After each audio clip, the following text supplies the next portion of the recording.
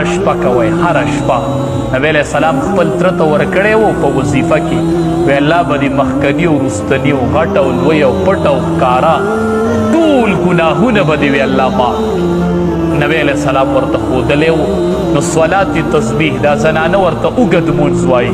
او نوم یې صلات تسبیح دی نو دا هم په آخره عشره کې هره شپه کوئ که لیلة القدر او تا پکې دغه مونځ کړی دا یاد ساتئ ما پې تجربه کړې ده چې چاته څه مشکل وي که نه او دې صلات تسبیح وکړي بیا دعا ووایي که دا مشکل حل نشه که نه او ده ونه لیدل نو زه به جرم ورکړم هره شپه صلات تسبیح کوئ ماسخوتن ودرېږئ وایي که دا لیلة القدر او زما پکې صلات تسبیح راشي او د هغې اسانه طریقه دا ده خلک اکثر طریقه باندې لږ ورته مشکلات اسانه طریقه یې دا ده چې د څلورو رکاتو نفلو نیت به وکړو که صلات تسبیح وای څلور رکعته صلات تسبیح مونږ ادا کوم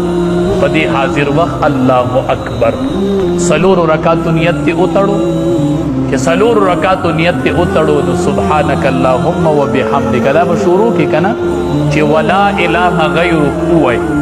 نو 15 پیری به ووایي سبحان الله والحمد لله ولا اله الا الله والله اکبر پاپا له پسې نه ځي لا حول ولا قوة الا بالله دا به پکې نه وي 15 پیری به ووایي بیا به وایي اعوذ بالله من الشیطان الرجیم بسم الله الرحمن الرحیم بیا به الحمد ووایي بیا به صورت ووایي چې قرات مکمل کې نو رکوع ته به لا نه ځي دغه ټیم کې به 10 پیری ووایي سبحان الله والحمد لله ولا اله الا الله والله اکبر 10 پیری دي چې رکوع له ورغللې سبحان ربی العظیم دی 3 پیری وی نو بیا روچتیږي لامو سبحان الله والحمد لله ولا اله الا الله والله اکبر رکوع کې دی 10 پیری وی چې سمع الله لمن حمد دی وی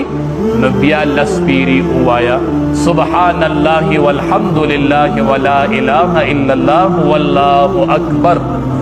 بیا بکته سجدی لاړ شي چې 3 پیری سبحان ربی الاعلی وای بیا 10 پیری وای سبحان الله والحمد لله ولا اله الا الله والله اکبر اولی سجدی نه را پاسېدلې منځ کې کېناستلې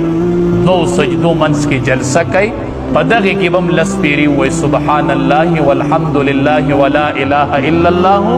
والله اکبر بیا چې بلې سجدې له لاړ شي 3 پیری سبحان ربی الاعلی وای بیا به 10 پیری وای سبحان الله والحمد لله ولا اله الا الله والله اکبر دا په یو رکعت کې 100 پیری شول 75 د ولا اله غیرک نه د رستو 15 پیری ویلو په قرات پسې 10 په رکوع کې 10 سمع الله لمن حمده پسې 10 په اوله سجده کې 10 په منځ کې جلسه کې 10 په دویمه سجده کې 10 75 پیری به دا راځي په یو رکعت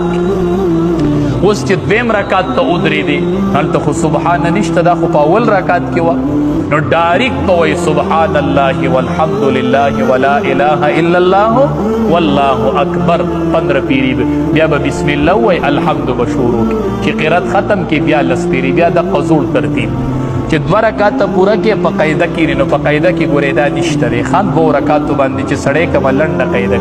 چې د هغې نه 3 رکعات ته ودرېدې نو بیا خو سبحان نشته نو بیا به ډایرکټ سبحان الله والحمد لله ولا اله الا الله والله اکبر نو د رکعات په شروع کې 15 پیری دی او بیا 10 پیری دی نو دا 75 پیری په یو رکعات کې رالل نو دې ته صلات تسبیح وایي په دې الله ټول ګناهونه معاف کوي او دې باندې مشرانو تجربه کړې د ډېر خیرونه او برکات دي